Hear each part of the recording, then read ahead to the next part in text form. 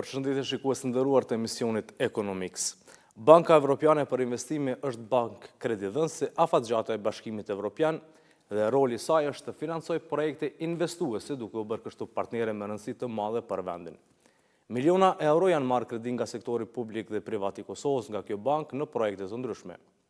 Por sa është shuma totale që deri më tani kjo bankë ka dhënë kredi për vendin dhe cilët janë sektorët që kanë përfituar?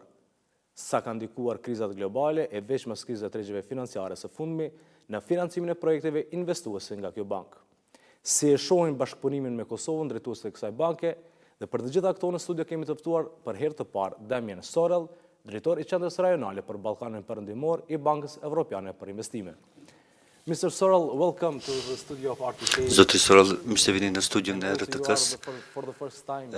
Jeni këtu për herë të parë në Kosovë, cila është përshtypja juaj. Faleminderit shumë. Vërtet është vizita ime e parë, pse kam marrë këtë detyrë dhe kam kënaqësinë që jam këtu dhe ju falenderoj për ftesën edhe një herë. Tani kemi një forum këtë javë ku ju do të jeni pjesë e tij dhe cilat do të jenë çështjet kryesore për të cilat do të flisni. Do të marr pjesë në forumin e parë të biznesit në Kosovë. Nesër do të flasim për trendet dhe ekonominë e gjelbërt dhe e me pres këtë event nesër të shohim se si mund ta përkrahim ekonominë e gjelbërt në Kosovë dhe rajon. Sa projekte janë përkrahur deri tani nga Banka Evropiane për Investime dhe sa janë aktualisht duke u përkrahur. Pra, Banka Evropiane Investime me 27 vendet anëtare që janë si aksionar, kemi vepruar në rajon mbi 45 vite, që nga viti 2010 kemi investuar 11 miliard euro dhe vetëm në Kosovë 400 milion ka qenë pjesa për Kosovën në 11 projekte, të cilat aktualisht jemi duke i përkrahur. Këtu ka projekte të infrastrukturës kritike, por dhe projekte tjera. Si është komunikimi dhe bashkëpunimi me institucionet e Kosovës në sektorin privat dhe publik? Bashkëpunimi është shumë i mirë me autoritetet, projektet janë duke shkuar përpara, vërtet që ka çështje ka të lashës si gjithkund tjetër, nganjëherë ka mungesë kapacitetesh, ku ne na duhet të ndihmojmë me ndërtim kapaciteteve, por bashkëpunimi përgjithsisht është shumë pozitiv.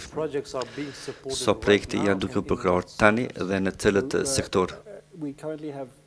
Aktualisht kemi rreth 11 projekte që po i përkrahim. Kemi pastaj edhe një listë tjetër të projekteve. Projektet janë nga sektori privat, ku përkrahim ndërmarrje të vogla dhe të mesme, kryesisht nga Fondi Investim Evropian në rastin ton.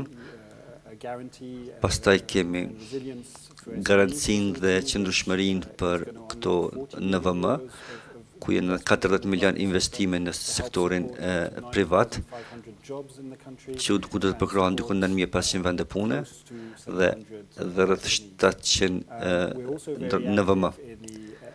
Gjithashtu edhe në sektorin e energjisë jemi aktiv te kapitali njerëzor, arsimimi dhe shëndetësia, si dhe transporti që është një sektor i madh për ne. Në energji për shembull jemi duke bashkëfinancuar me KfW këto instalimet fotovoltaike me energji të pastër, të cilat do të sjellin energji më të qëndrueshme për vendin, por edhe qëndrueshmëri më tepër dhe do të bëhet një kursim nga emitimi i CO2-shit që ndihmon mjedisin, por dhe shëndetin si që dim, duke pasur parasysh varësinë e vendit nga ligniti. Së fundi kemi nënshkruar edhe një marrëveshje për grante për 550.000 euro për pallatin e rinis, për disa riparime dhe po e mirëpresim edhe këtë projekt. E përmendet pra listën e projekteve të radhës. A mund ta elaboroni pak më tepër këtë? Po. Jemi duke shikuar projekte të ndryshme momentalisht. Ne punojmë përstafërmi me organizata tjera të kuadër tyre investimeve dhe kemi pasur projekte që ndihmojnë vendin që të përgatitet për vërshimet, kundër vërshimeve. Është kjo çështje më e rëndësishme në këtë rajon, pastaj te transporti i pastër, është koridori 10, ku jemi të përfshirë po ashtu, por kjo duhet të kompletohet. Dhe këtu janë ndër projektet që po i shikojmë. Dhe gjitha këtu janë në kuadër të forumet për rritje dhe agendën e programeve të reformave nga Komisioni Evropian. Pastaj po planifikojmë të përkrahemi edhe arsimin e lartë. Është një studim i madh që tash ka përfunduar dhe po presim që të vazhdojmë tutje me autoritetet. Pastaj në sektorin e shëndetësisë, ku bashkë me bankën tjetër do të blejmë pajisje mjekësore për Kosovën. Pastaj edhe të ngrohja qendrore në Prishtinë. Edhe kjo është një ndër projektet të cilat i kemi në radhë duke shikuar. Siç e dini, standardet ESG-s në Kosovë kanë filluar të zbatohen para 2 vitesh dhe është një obligim tani për Ballkanin Perëndimor, për vendet e Ballkanit Perëndimor që të zbatojnë këto standarde për të fituar projekte dhe përkrahje nga Banka Evropiane për Investime. Absolutisht, kjo është shumë e rëndësishme. Spari Kosova ka qasje tani në këtë marrëveshjen për Gjelbërt dhe ne jemi këtu për të ofruar përkrahje dhe që është një temë e vështirë për të gjithë ne dhe kjo do të kërkojë shumë përpjekje dhe financim. Ne si Bankë Evropiane për Investime jemi banka klimatike, pra që nga viti 2020, pastaj që nga 2021, kemi ndërprerë disa projekte për lëndë djegëse, tani po përqendrohemi në projektet e energjisë qëndrueshme dhe me energji të pastër. Dhe 50% e investimeve do të jenë të ndërlidhura me çështjet klimatike. Pastaj edhe politikat e transportit i parafrojmë me këtë politikë po ashtu, që të ketë transport të sigurt, si dhe të aspekti i hekurudhave, si e bëjmë këtë, kujdesimi që standardet shoqërore dhe mjedisore të BE-s të zbatohen në të gjitha këto projekte që i përkrahim. Pra vendi përfitues duhet të zbatoj këto standarde, pra që janë standardet të Bankës Evropiane për Investime. Pra përmes këtij bashkëpunimi, qeveritë do të kenë mundësi të zbatojnë standardet e BE-s në projekte dhe kështu do të marrin edhe përvojë. Pastaj edhe do të zbatojnë edhe në projekte tjera ku financohen nga tjetër kush. Siç thënë më herët, siç thash më herët, para 2-3 vitesh kemi filluar me këto standarde. Për shembull, nëse një NVM tani kërkon përkrahje nga Banka Evropiane për Investim, cilat standarde pra janë këto për mjedis, qeverisje të mirë, për aspekte sociale, pa çka do t'i thoni këtyre NVM-ve që për si t'i zbatojnë ata këto standarde për të fituar përkrahje. Ata duhet t'i jenë në përputhje me standardet, sepse kjo përkrahja jonë ofrohet përmes bankës ndërmjetësuese. Është skema e fondit të garantues, por e bëjmë nëpërmjet bankës komerciale, një banka komerciale është në këtë rast banka e ndërmjetme. E dim që kjo është një sfidë e madhe, jo vetëm për NVM-t, por edhe për bankat, sepse edhe ata nuk do të thotë që i dinë mirë gjitha këto standarde. Nuk do të thotë që kanë ndonjë përvojë. Por ne ofrojmë shumë asistencë teknike në nivel të ndërmarrjes për t'i ndihmuar që të kuptojnë se si janë këto standarde dhe si zbatohen ato. Pastaj ofrojmë asistencë teknike edhe për bankat, që ato të bëjnë raportimin përkatës për standardet. Kështu që i tërë ekosistemi mund të përfitoj nga ky mësim dhe kështu ne funksionojmë edhe në nivel të NVM-ve. Tani jeni në Kosovë fizikisht dhe keni pas rastet që të takoheni me palë të ndryshme. A jeni ata të vetëdijshëm sa duhet për këto standarde? Mendoj që vetëdia po vazhdon të ngritet dhe se që të gjithë e kam parasysh që nuk jemi këtu duke imponuar për diçka, por është diçka e mirë për të bërë në sektorin privat. Sot është shumë e rëndësishme që të kalohet tek këto standarde dhe të përfshihen ato, sepse kjo ndikon edhe në aftësinë konkurruese. I kemi edhe mekanizmin për emetim të karbonit që do të pason vitin e ardhshëm nëse këto ndërmarrje nuk e adaptohen këtij mekanizmi, atëherë ata nuk do të kenë qasje më në tregun evropian, apo do të kenë qasje por me një kosto shumë të lartë, saqë nuk do të jenë konkurrente. Pra ne jemi këtu për të ndihmuar, ne përkrahem nëpërmjet asistencës teknike dhe financimit, dhe vetëdia është këtu dhe ne po shohim ndryshime pozitive. Cilat janë planet tuaja për Kosovën, kur është fjala të investime të reja, projekte të reja, si tash e kemi ngrohin qendrore, shëndetësinë, arsimin, sektorin privat dhe energjinë, që është më rëndësi, pra ne do të gradualisht të largohemi nga lëndët fosile drejt energjisë më të pastër dhe të transporti. Transporti gjithashtu mbetet një komponent i rëndësishëm në portfolien tonë, më rëndësishë që vendi të lidhet me rajonin, natyrisht, dhe tutje me Bashkimin Evropian, dhe kjo do të ndihmojë ekonominë, do të hap rrugën për investime të reja dhe për investitorë të ri. Tani kemi një situatë të re me formimin e institucioneve. Vonesa e formimit të institucioneve a ndikon në këto projekte të bankës dhe planet për të ardhmen? Është e qartë që një qeveri në detyrë në vërtet ka ndikim, nuk është diçka një punë e zakonshme.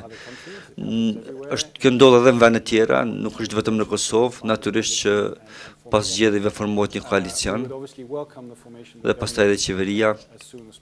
Ne e mirëpresim qeverinë që të formohet sa më parë dhe kjo do të mundsojë pastaj përshpejtimin e projekteve që kemi edhe këto aktuale dhe të tjera që planifikohen për të ardhmen, sepse qeveria do të bëj kërkesë që të parashtrojë, do të shtyjë këto projekte përpara, sepse pronësia në fund mbi qeverinë, pronësia mbi këto projekte. Ata do të kenë gjitha punë të përgatitura dhe për këto kërkohet autoritet. Një qeveri stabile dhe një gjendje stabile politike, pra është më e përshtatshme, më e nevojshme edhe për rritjen ekonomike, dhe kjo është më rëndësi në këtë drejtim. Gjithashtu shpresojmë që qeveria ardhshme do të vazhdojë të prioritizojë investimet e gjelbra, digitalizimin, kapitalin njerëzor, gjitha këto gjëra që janë të rëndësishme të vazhdohen. Së fundi kemi disa momente në tregjet financiare dhe krizën e Covidit që patëm, pastaj lufta në Ukrainë, të gjitha këto kriza.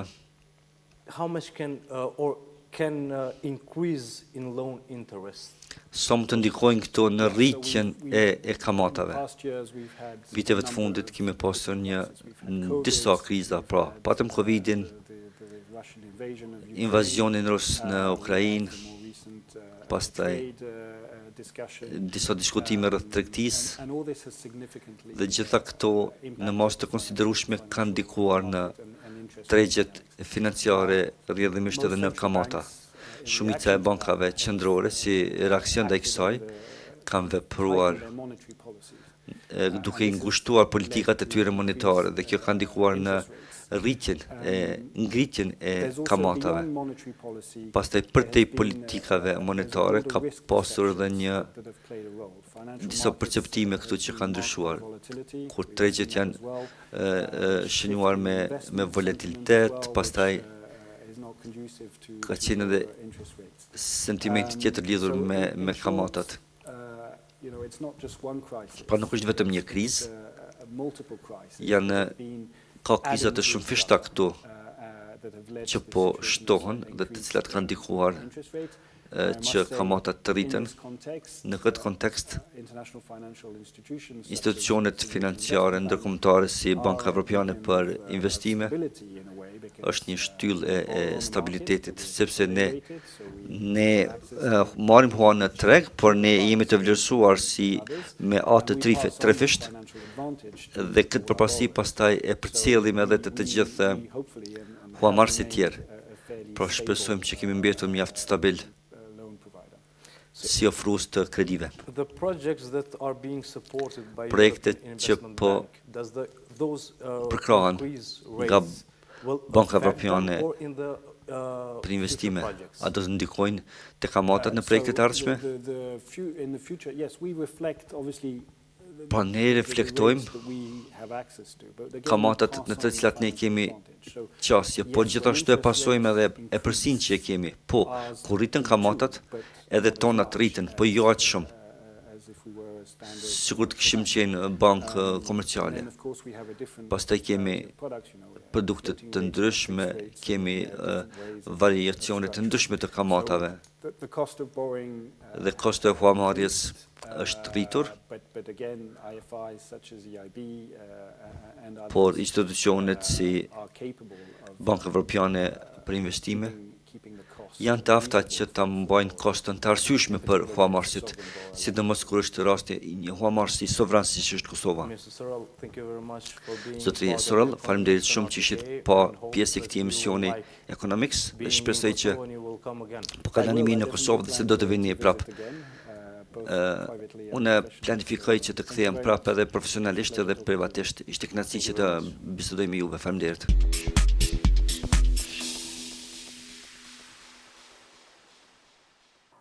Pra, si që mësuam nga intervista, Banka Evropiane për Investime ka realizuar projekte nëpërmjet të cilave ka ndikuar në sektorin publik e privat në Kosovë. Të ndjekim reportazhin në vazhdim për të mësuar detaje rreth mënyrës se si janë mbështetur biznesit.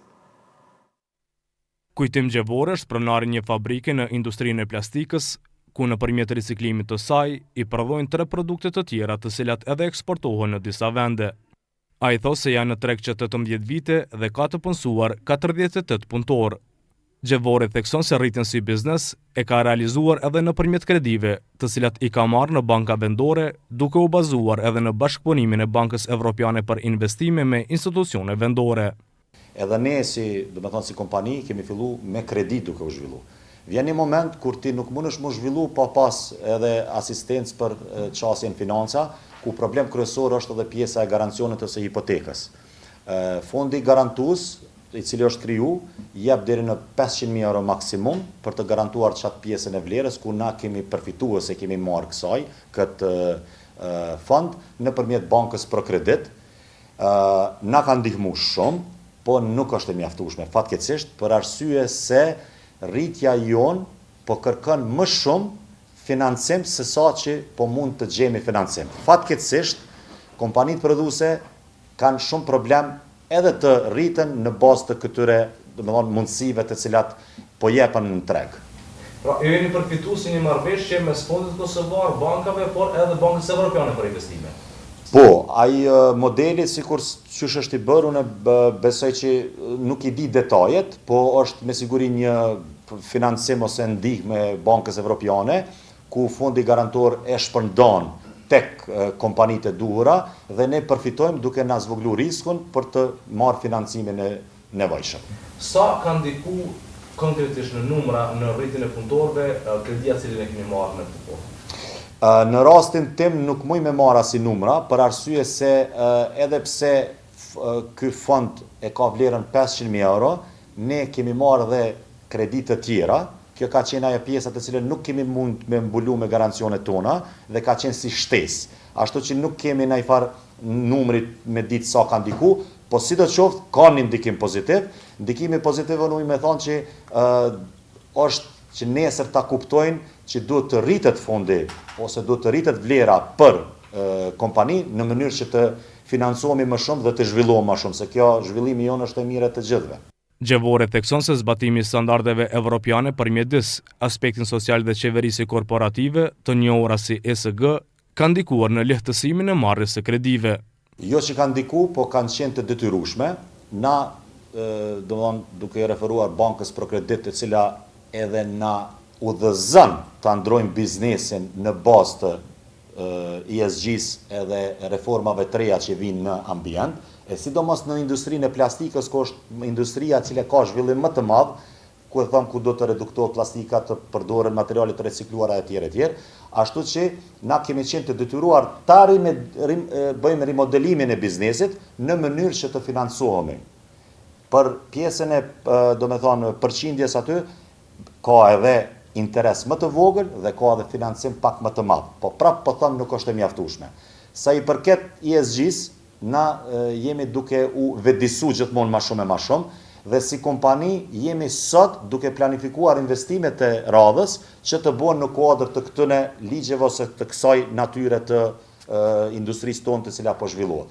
Nuk jemi më vetëm duke menduar profiti, investimi, kostoja, po edhe çka po vjen e re, si të bëhet, si ta reduktojmë carbon footprintin, si të jemi të përgatitur për taksën e karbonit të jetë më e vogël, etj.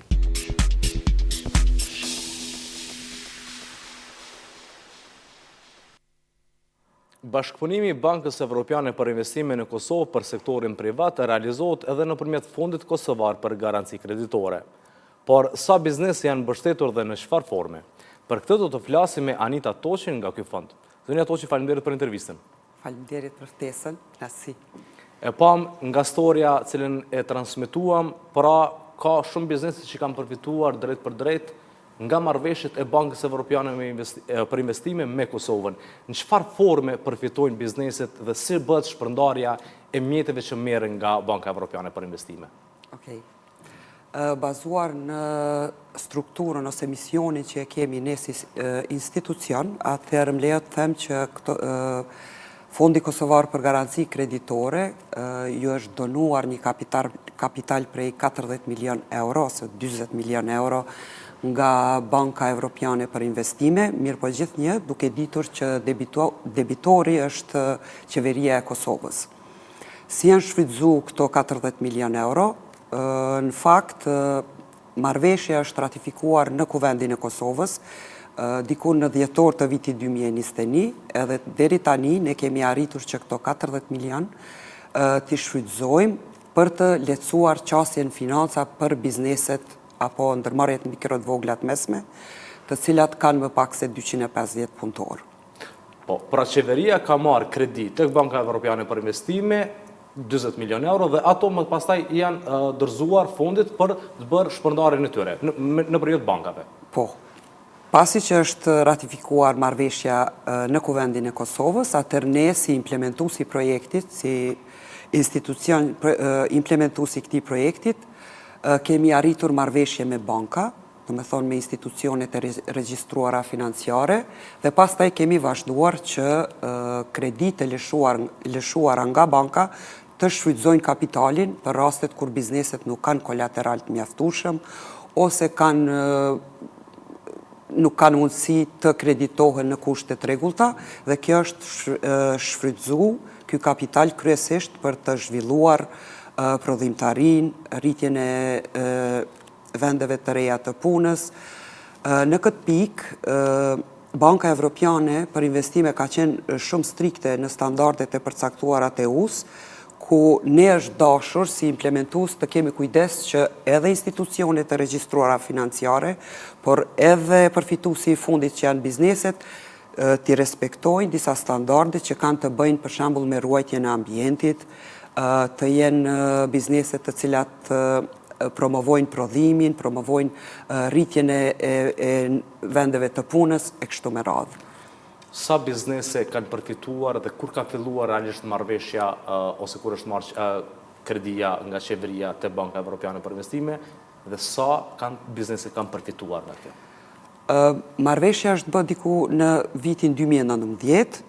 Përmes kësaj marrëveshje kanë pas drejt për shembull të disbursohen kredit ose të garantohen kredit përmes nesh, të cilat edhe kanë qenë të disbursuara gjatë Covidit.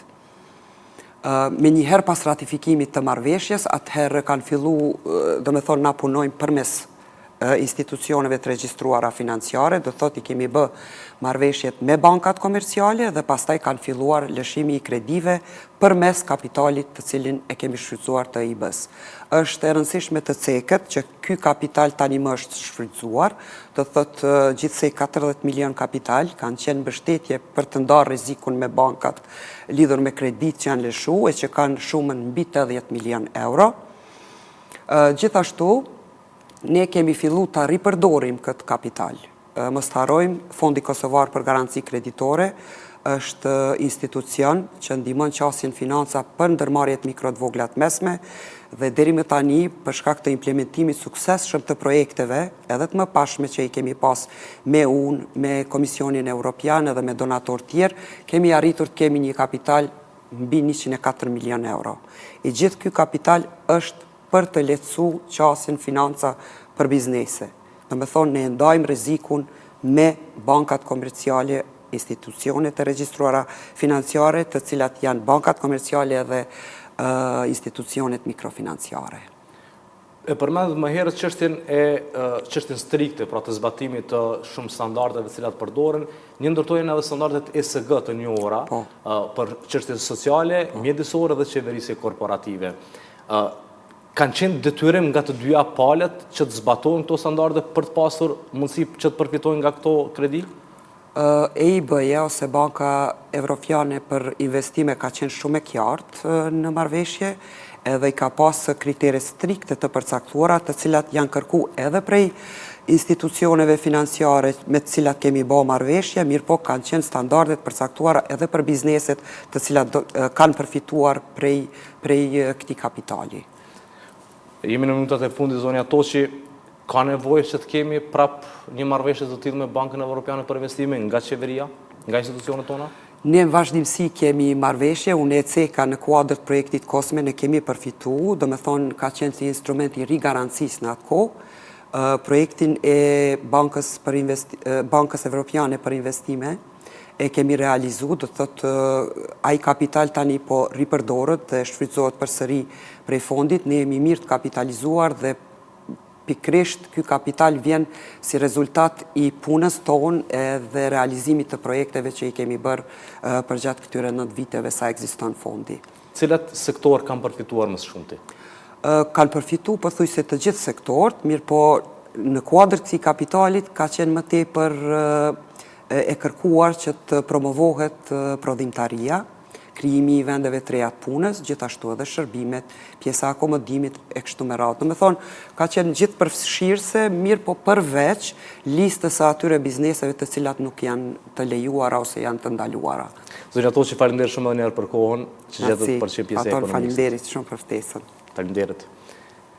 Pra shikues nderuar, zbatimi standardeve për mjedis çështje sociale dhe qeverisje korporative të njohura si ESG është shumë I rëndësishëm për të pasur qasje në financa nëpërmjet institucioneve financiare, por jo vetëm.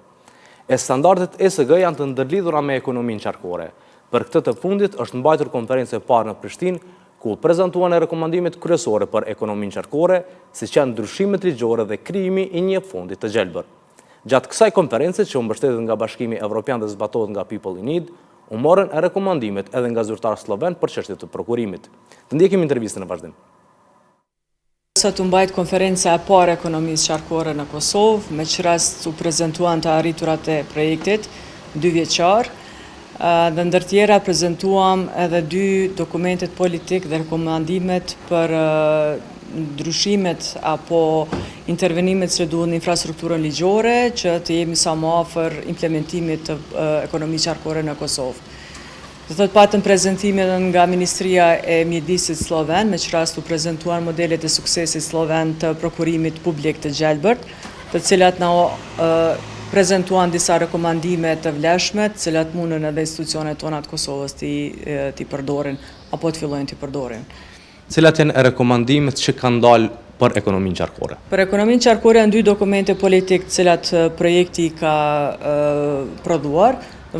Dokumenti I parë politik ka të bëjë me implementimin e disa instruksioneve apo ndryshimin e udhëzimit administrativ e cila i ndihmon aplikimit të projekteve, do të thotë të kompanive dhe të shoqërisë civile, do të thotë duke ofruar kritere shtesë apo pikë shtesë atyre projekteve të cilat aplikojnë modelin e ekonomisë qarkore në projekt propozimet e tyre. Do të thotë kjo është një intervenim shumë i lehtë për të implementuar nga ministritë dhe komunat, të cilat ofrojnë subvencione apo përkraje financiare të sektorit privat dhe atij të shoqërisë civile. Ndërkaq rekomandimi i dytë apo dokumenti i dytë politik përmbledh një sfidë pak më të madhe për krah institucioneve tona, se është propozimi i themelimit një ekofondi të nivelin kombëtar. Siç e dinë se në Kosovë mblidhen rreth 360 milion takse gjelbër, e cila hyn në buxhetin qendror dhe nuk rikthehet për të njëjtat qëllime për të cilat mbledhen. Dhe prandaj propozimi jon në bazë të modelit sloven që e kemi marrë është themelimi një ekofondi e cila do të ndihmojë spaku një përqindje 20-30% do të rikthehet për atë qëllim edhe për të çka dhe mblidhet, që të ndikojë më shumë në menaxhimin e mbeturinave dhe në ekonominë qarkore. Çfarë ndërlidhje kanë standardet ESG me ekonominë qarkore dhe sa duhet t'i zbatojnë institucionet dhe kompanitë tona? Po institucionet tona duhet të kenë fokus më të madh në ekonominë qarkore. Edhe kur themi jo vetëm me standarde ESG, po do të kemi edhe politika të mirëfillte, prandaj kemi hartuar 2 dokumente, përmes të cilën kemi inicuar që edhe sektori privat edhe i shoqërisë civile fillojë të mendojë drejt ekonomisë qarkore. Intervenimet duhet të jenë të shumta për krijimin e ekofondit, siç e përmendëm më herët, për Kosovën nevojitet një ligj i veçantë, përmes të cilit e mundson themelimin e një ekofondi dhe shfrytëzimin atyre mjeteve për qëllime të njëjta. Prandaj Kosova duhet spari të bëjë përmirësimin e infrastrukturës ligjore, në mënyrë që të mundet të zbatohen çfarë do parimit të ekonomisë qarkore si nga ana institucioneve, shoqërisë civile, po ashtu edhe të sektorit privat.